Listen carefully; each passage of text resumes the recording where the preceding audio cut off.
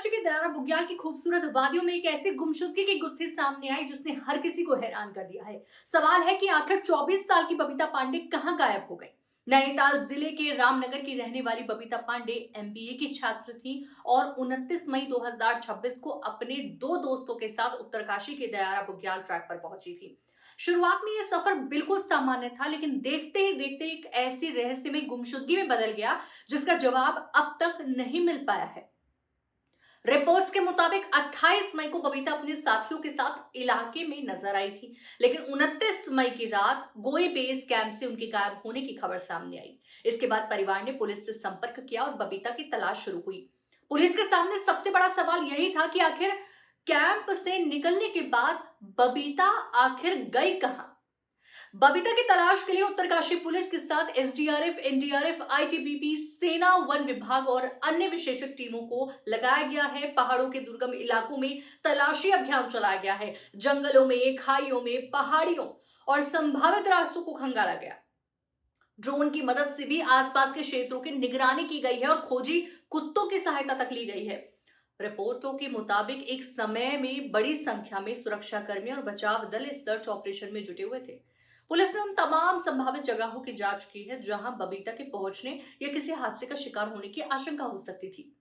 लेकिन इतनी बड़ी खोज के बावजूद बबीता का कोई सुराग सामने नहीं आया है। इस मामले में बबीता के मोबाइल फोन की आखिरी लोकेशन भी जांच का अहम हिस्सा बनी।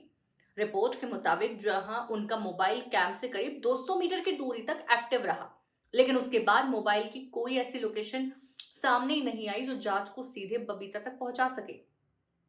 ये बात इस केस को और रहस्यमय बना देती है। आखिर बबीता उस जगह से आगे कहां गई?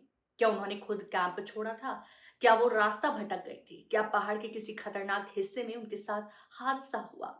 या फिर इस पूरे मामले में कोई और पहलू है जिसकी जानकारी अभी जांच एजेंसियों को नहीं मिल पाई है।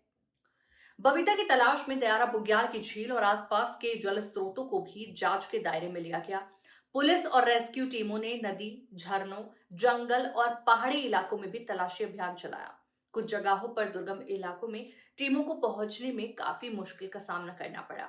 रिपोर्ट में यह भी सामने आया कि नतीड़ के जंगलों, गुफाओं और दूसरे संभावित क्षेत्रों को भी खंगाला गया।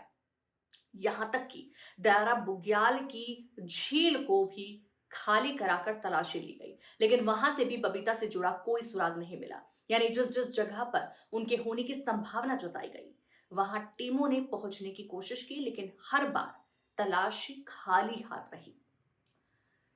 जांच के दौरान बबीता के साथ गए दोनों साथियों से भी पूछताछ की गई। पुलिस ने इस एंगल से भी जांच की कि आखिर बबीता अपने साथियों से अलग कैसे हुई और उस रात वास्तव में क्या हुआ था। इस मामले में अपहरण का केस दर्ज किए जाने की भी जानकारी सामने आई थी। हालांकि सार्वजनिक रूप से उपलब्ध रिपोर्टों में भी अब तक ऐसा कोई निर्णायक सबूत सामने नहीं आया है जिससे किसी व्यक्ति की भूमिका साबित हो। इसलिए इस केस में किसी पर आरोप लगाया कि किसी एक थ्योरी को सच सामने लाना बहुत ही जल्दबाजी होगी। पुलिस लगातार अलग अलग संभावनाओं को ध्यान में रखकर जांच करती रही। इसी बीच इस मामले में दयारा बुग्याल में ट्रैकिंग और पर्यटकों के रजिस्ट्रेशन को लेकर भी सवाल उठे।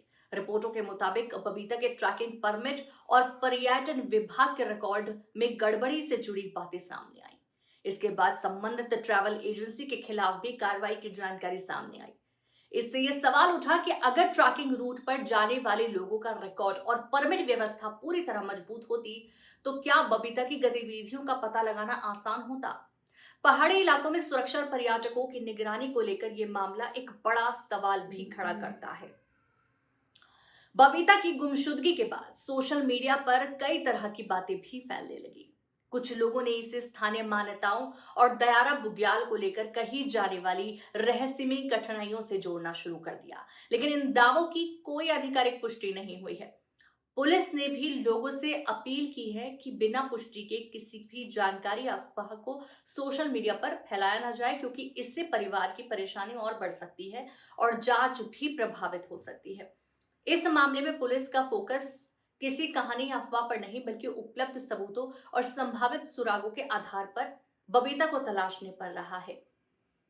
समय बीतता गया लेकिन बबीता नहीं मिली। जुलाई में सामने आई रिपोर्ट के मुताबिक उनकी गुमशुदगी को 42 दिन बीत चुके थे। इतने लंबे समय तक चले सर्च ऑपरेशन में जंगल, पहाड़, झील, नदी और आसपास के कई इलाकों की तलाशी ली जा चुकी थी, लेकिन कोई ठोस सुराग नहीं मिला। इसके बाद दयारा बुग्याल में चलाए गए बड़े सर्च ऑपरेशन को रोकने की जानकारी सामने आई और पुलिस ने स्थानीय लोगों से अपील की कि अगर बबीता से जुड़ी कोई भी जानकारी मिलती है तो तुरंत पुलिस को सूचना की जाए। इसके साथ ही जांच का दायरा बुग्याल इलाकों तक बढ़ाने की कोशिश की गई है। ऋषिकेश, नैनीताल और अन्य संभावित जगहों पर भी बबीता की तलाश की गई और अलग अलग लोगों से भी इस मामले में पूछताछ की गई है, जानने की कोशिश की गई है। इस पूरे मामले में उत्तरकाशी के पुलिस उपाधीक्षक जनक सिंह पवार का बयान भी अहम माना गया है। पुलिस की ओर से लोगों को लगातार यही संदेश दिया गया है कि बबीता की तलाश जारी है और किसी भी स्पष्ट जानकारी को सच मानकर आगे ना बढ़ाया जाए, क्योंकि इस केस में सबसे बड़ी चुनौती यही है कि हर दिन एक नई कहानी सामने आती है, लेकिन पुलिस के हाथ ऐसा पुख्ता सबूत नहीं लगा है जो ये बता सके कि 29 मई को उस रात बबीता के साथ आखिर क्या हुआ। आपको क्या लगता है? अपनी राय कमेंट सेक्शन में जरूर दीजिएगा।